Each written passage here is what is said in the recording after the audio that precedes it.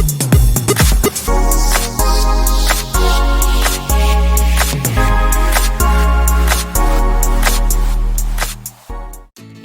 Friends, welcome back to my channel. इस video में मैं आपको बताने वाली हूँ कि जब कभी मैं किसी ट्रिप पर जाती हूँ तो फूड रिलेटेड क्या क्या तैयारियाँ मैं घर से कर कर ही ले जाती हूँ, जिससे कि काफ़ी मेंटल पीस रहता है। तो चलिए मैं बताती हूँ कि ट्रिप पे जाने से पहले मैं एक दिन पहले से ही क्या क्या तैयारियाँ स्टार्ट कर लेती हूँ। तो सबसे पहले मैं बनाती हूँ फूल मखाने और पीनट से कुछ स्नैक्स, जिसमें कि मैंने 1 चम्मच देसी घी डाल लिया है और उसमें पीनट्स और फूल मखाने डाल लिए हैं और उनको स्लो फ्लेम पर रोस्ट कर लिया है, अच्छे तरीके से रोस्ट कर लिया है। और फिर उसमें डाल दिया है मैंने स्वाद अनुसार काला नमक। तो ये बहुत ही लॉन्ग लास्टिंग होते हैं और जब ये ठंडे हो जाएं तो इन्हें एयर टाइट डिब्बे में बंद कर लीजिए और बस ये आपका फर्स्ट स्नैक्स हो गया रेडी। अब दूसरा भी मैं कुछ इसी तरीके से तैयार करती हूँ। इसके लिए मैंने लिया है 2 चम्मच देसी घी और उसमें भी मैंने डाल दिए हैं काफ़ी सारे फूल मखाने जितने ज़रूरत हैं और इन्हें तब तक स्लो फ्लेम पर रोस्ट करा है जब तक कि कुछ वो इस तरीके से क्रंची क्रंची ना हो जाएं। और जब वो इस तरीके से काफ़ी रोस्ट हो जाएं तो उन्हें मैंने अलग थाली में निकाल लिया है। ये बहुत ही हेल्दी और टेस्टी होते हैं। और उसी कढ़ाई में मैंने डाल दिया है पिसा हुआ गुड़। इसके बदले आप शक्कर भी ले सकते हैं और इसे बिल्कुल स्लो फ्लेम पर हमने लिक्विड कर लेना है। अगर गुड़ लिक्विड नहीं होता तो उसमें आधा चम्मच के करीब पानी का आप हल्का सा छींटा भी लगा सकते हैं। और जब वो लिक्विड हो जाए तो उसमें फूल मखाने डालकर उसको अच्छी तरीके से मिक्स कर लीजिए कि गुड़ की सारी उसके ऊपर कोटिंग आ जाए। और फिर जब वो ठंडे हो जाएं, हल्के से ठंडे हो जाएं, तो इन्हें अलग कर लीजिए, नहीं तो ये आपस में चिपक जाएंगे। तो ये हो गए मेरे गुड़ वाले मीठे फूल मखाने। क्योंकि मुझे क्रेविंग रहती है बहुत ज़्यादा मीठे की, तो इसलिए जब भी मैं बाहर जाऊं या घर पर भी रहूं तो मैं कुछ ऐसा हेल्दी सा मीठा खाना पसंद करती हूं। और ये खाना खाने के बाद बहुत ही टेस्टी लगते हैं, आप ट्राई ज़रूर कीजिएगा।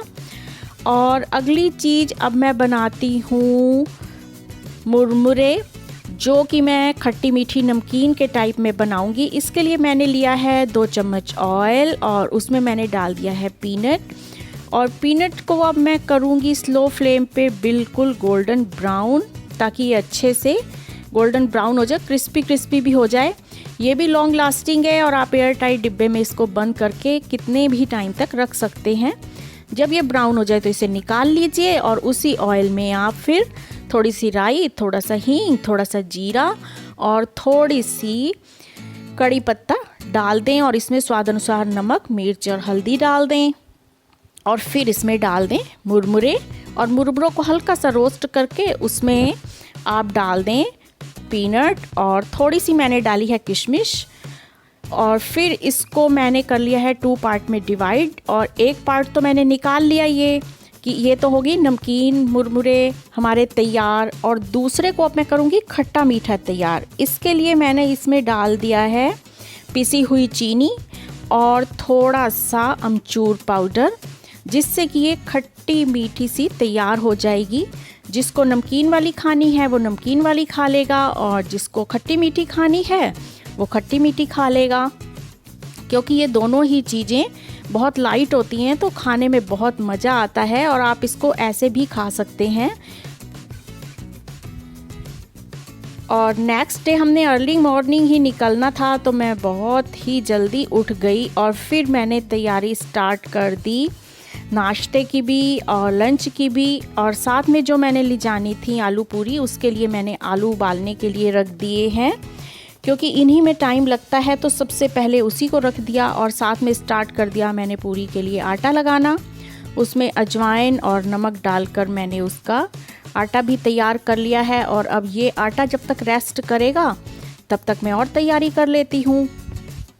तब तक आलू मेरे बॉईल हो चुके हैं, तो इसको अब मैं छील कर फोड़ लूँगी और साथ में हरी मिर्चें काटूँगी।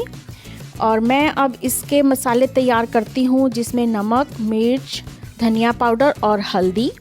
और इन सबको थोड़े से पानी में मैं घोल बना लूँगी इस तरीके से बनाए गए आलू बहुत टेस्टी बनते हैं और इनका टेस्ट अलग ही होता है और सफ़र में बहुत अच्छे लगते हैं ये। इसके लिए मैंने लिया है थोड़ा सा ऑयल और ऑयल में हींग जीरा चटका लूँगी मैं, और उसके बाद हरी मिर्चों को चटका लूँगी और फिर इसमें डाल दूँगी वो सारी पेस्ट मसाले की जो कि मैंने बनाई है, और फिर उसमें डाल दूँगी आलू। हर कोई बनाता आलू अपने स्टाइल में है, लेकिन इस तरीके से बनाया गया आलू की कोटिंग बहुत अच्छी रहती है। तो लीजिए, ये हो गई हमारी साथ में ले जाने लायक सब्जी तैयार। और थोड़ी सी इसमें कसूरी मेथी भी मैंने डाली है, उसका टेस्ट भी बहुत अच्छा आता है। और अब मैं साथ में बना लूँगी पूरियाँ जितनी मुझे चाहिए, क्योंकि आटा भी अब 10-20 मिनट हो गए हैं रेस्ट पे गए हुए को। तो इस तरीके से मैंने अपना साथ में ले जाने के लिए लंच कर लिया है रेडी।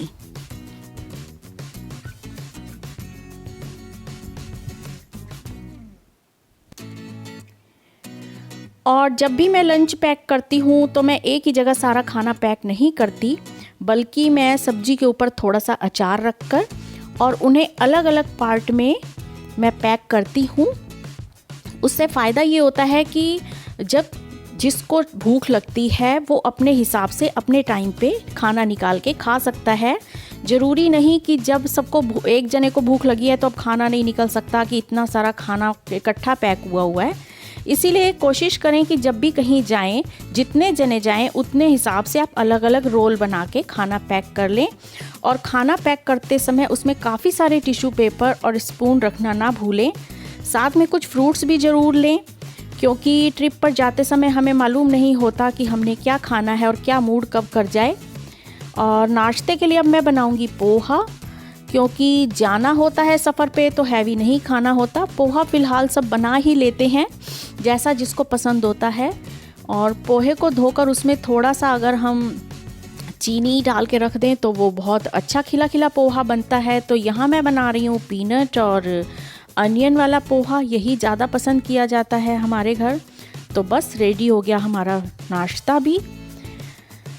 अगर घर में कोई स्वीट्स अगर आपके रखी है तो वो भी साथ ले जाना ना भूलें, क्योंकि जब भी क्रेविंग हो स्वीट्स की तो बेहतर होगा कि आपके पास खुद का सब सामान हो, आपको कहीं बाहर से ना ख़रीदना पड़े, क्योंकि पता नहीं कहाँ कैसा कुछ बन रहा होता है। तो अपने हाथ की बनाई हुई की तो चीज़ ही कुछ और होती है।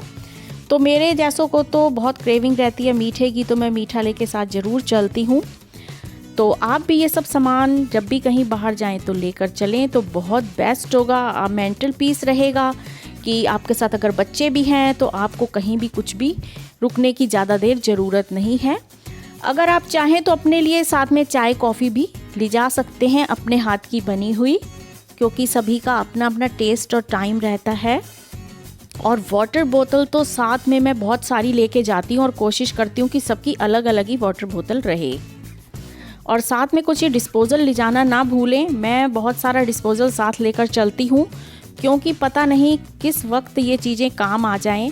तो ये बहुत साथ देने वाली हमारी चीज़ें होती हैं। तो कुछ इस तरीके से ये सब चीज़ें साथ ले जाएं।